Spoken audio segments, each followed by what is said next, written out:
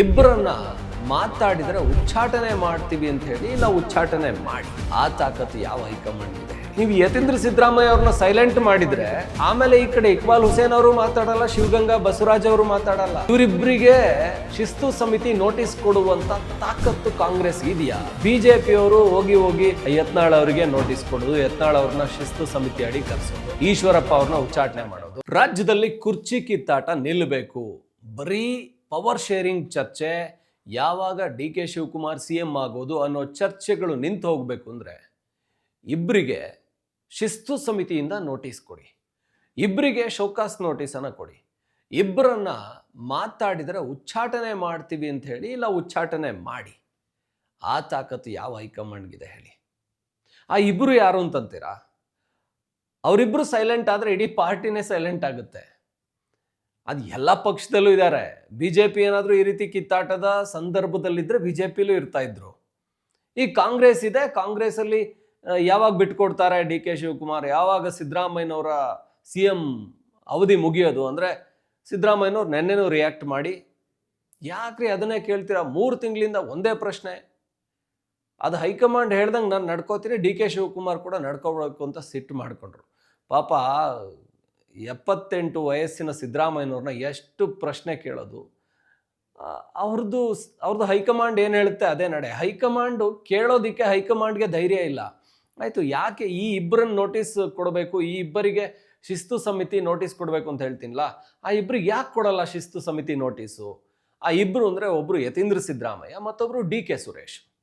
ಇವರಿಬ್ಬರಿಗೆ ಶಿಸ್ತು ಸಮಿತಿ ನೋಟಿಸ್ ಕೊಡುವಂಥ ತಾಕತ್ತು ಕಾಂಗ್ರೆಸ್ ಇದೆಯಾ?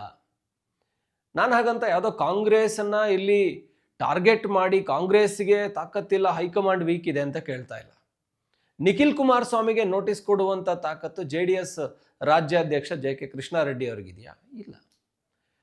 ವಿಜಯೇಂದ್ರ ಅವರಿಗೆ ಅಂದರೆ ನೋಟಿಸ್ ಕೊಡೋದಕ್ಕೆ ಇಲ್ಲ ಅಂತ ಹೇಳಿದರೆ, ವಿಜಯೇಂದ್ರ ಅಲ್ದಿದ್ರು ಅವರ ಏನು ಯಡಿಯೂರಪ್ಪನವರು ಈ ಥರದ BJPಯಲ್ಲಿ ನೋಟಿಸ್ ಕೊಡುವಂಥ, ಅವರನ್ನು ಪ್ರಶ್ನಿಸುವಂಥ ತಾಕತ್ತು BJP ಹೈಕಮಾಂಡ್ ಸ್ವಲ್ಪ ಅಂಥದ್ದನ್ನು ಇಟ್ಕೊಂಡಿದೆ ಈಗಲೂ. ಯಾಕೆಂದರೆ BJP ಹೈಕಮಾಂಡಲ್ಲಿ ಅಲ್ಲಿ ಏನೋ ಘಟಾನುಘಟಿಗಳಿದ್ದಾರೆ.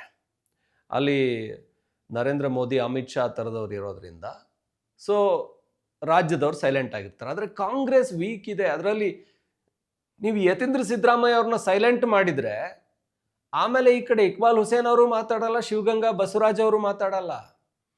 ನೀವೇನಾದರೂ ಡಿ ಕೆ ಸುರೇಶ್ ಅವ್ರನ್ನ ಸೈಲೆಂಟ್ ಮಾಡಿದರೆ ಆ ಕಡೆ ರಾಜಣ್ಣ ಅವರು ಮಾತಾಡಲ್ಲ, ಜಮೀರ್ ಅಹಮದ್ ಖಾನು ಮಾತಾಡಲ್ಲ, ಮತ್ತಾರೋ ಮಾತಾಡಲ್ಲ ಸಿದ್ದರಾಮಯ್ಯನವ್ರ ಪರವಾಗಿ. ಇವ್ರು ಮಾತಾಡ್ತಾರೆ ಅಂತ ಅವ್ರು ಮಾತಾಡ್ತಾರೆ, ಅವ್ರು ಮಾತಾಡಿದ್ದಕ್ಕೆ ಇವ್ರು ಕೌಂಟ್ರ್ ಮಾಡ್ತಾರೆ. ಇವತ್ತು ಕೂಡ ಜಮೀರ್ ಅಹಮದ್ ಖಾನ್ ಹೇಳಿದ್ದಾರೆ 2028ಕ್ಕೂ ಸಿದ್ದರಾಮಯ್ಯನವರೇ ನಮ್ಮ ಕಾಂಗ್ರೆಸ್ಸನ್ನು ಮುನ್ನಡೆಸ್ತಾರೆ ಅಂತ. ನೋಟಿಸ್ ಕೊಡೋದಕ್ಕಾಗುತ್ತಾ? ನೋಟಿಸನ್ನು CM ಆಪ್ತರಿಗೆ, DCM ಆಪ್ತರಿಗೆ ಕೊಡೋದಿಕ್ಕೆ ಆಗಲ್ಲ. ಹೈಕಮಾಂಡ್ ಅಷ್ಟು ಸ್ಟ್ರಾಂಗ್ ಇಲ್ಲ. ಸೊ ನೀವು ಈಗಲಾದರೂ ವಿಚಾರ ಮಾಡಿ, ಸಾಧ್ಯ ಆದರೆ ಯತೀಂದ್ರ ಸಿದ್ದರಾಮಯ್ಯ ಹಾಗೆ ಡಿ ಕೆ ಸುರೇಶ್ ಇವರಿಬ್ಬರಿಗೆ ಶಿಸ್ತು ಸಮಿತಿಯಿಂದ ನೋಟಿಸ್ ಕೊಡಿ, ಅವರನ್ನು ಕಾರಣ ಕೇಳಿ. BJPಯವರು ಹೋಗಿ ಯತ್ನಾಳ್ ಅವರಿಗೆ ನೋಟಿಸ್ ಕೊಡೋದು, ಯತ್ನಾಳ್ ಅವ್ರನ್ನ ಶಿಸ್ತು ಸಮಿತಿ ಅಡಿ ಕರೆಸೋದು, ಈಶ್ವರಪ್ಪ ಅವ್ರನ್ನ ಉಚ್ಚಾಟನೆ ಮಾಡೋದು, ರಘುಪತಿ ಭಟ್ ಅವ್ರನ್ನ ಉಚ್ಚಾಟನೆ ಮಾಡೋದು, ಈ ಥರದ್ದನ್ನು ಮಾಡ್ತಾರೆ ಹೊರತು ಎಲ್ಲಾದರೂ ವಿಜಯೇಂದ್ರ ಅವ್ರನ್ನ ಮುಟ್ಟೋದಕ್ಕಾಗತ್ತಾ? ಆಗಲ್ಲ. ಅದು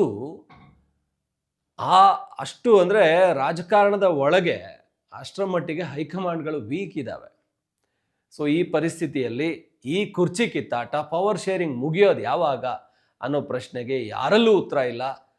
ಇವತ್ತು ಕೂಡ ಡಿ ಕೆ ಶಿವಕುಮಾರ್ ಗರಂ ಆಗಿದ್ದಾರೆ. ನಾನು ರಾಜಕೀಯನೇ ಮಾಡೋಕ್ಕೆ ಬಂದಿರೋದು, ಎಲ್ಲವನ್ನ ಮಾತಾಡಿದ್ದೀನಿ, ರಾಜಕೀಯ ಮಾಡ್ತೀನಿ, ನಾನು ಪ್ರೂವ್ ಮಾಡ್ತೀನಿ, ಏನು ಆಗುತ್ತೆ ಅದು ಮುಂದೆ ಗೊತ್ತಾಗುತ್ತೆ, ಎಲ್ಲವನ್ನ ನಿಮ್ಮ ಮುಂದೆ ಹೇಳಬೇಕು ಅಂತಿಲ್ಲ ಅಂತ ಅವರು ಕೂಡ ಗರಂ ಆಗಿದ್ದಾರೆ. ಇದು ನಮ್ಗನ್ಸಿದ್ದು. ಸೊ ನಿಮಗೇನು ಅನಿಸುತ್ತೆ? ನೀವು ಕೂಡ ಇದ್ರ ಬಗ್ಗೆ ಕಮೆಂಟ್ ಮಾಡಿ. ಇನ್ಯಾರಿಗೆ ಶೋಕಾಸ್ ನೋಟಿಸ್ ಕೊಡಬೇಕು, ಇನ್ಯಾವುದನ್ನು ಬಾಯಿಯನ್ನು ಬಂದ್ ಮಾಡಬೇಕು? ಬಂದ್ ಮಾಡಿದರೆ ರಾಜ್ಯದಲ್ಲಿ ಸುಮ್ಮನೆ ಚರ್ಚೆ ಆಗೋದು ನಿಂತು ಹೋಗುತ್ತೆ. ಅದರ ಬದಲು ಅಭಿವೃದ್ಧಿ ಬಗ್ಗೆ ಚರ್ಚೆ ಆದರೂ ಆಗಲಿ ಅನ್ನೋ ಕಳಕಳಿ ನಮ್ಮದು. ಇದು ನಮ್ಗನ್ಸಿದ್ದು. ನಿಮಗೇನು ಅನಿಸುತ್ತೆ? ನೀವು ಕೂಡ ಇದ್ರ ಬಗ್ಗೆ ಕಮೆಂಟ್ ಮಾಡಬಹುದು. ಮತ್ತಷ್ಟು ಈ ರೀತಿಯ ಸುದ್ದಿಗಳ ಜೊತೆ ನಿಮ್ಮ ಮುಂದೆ ಬರ್ತಾ ಇರ್ತೀವಿ. ನೋಡ್ತಾ ಇರಿ ಒನ್ ಇಂಡಿಯಾ ಕನ್ನಡ.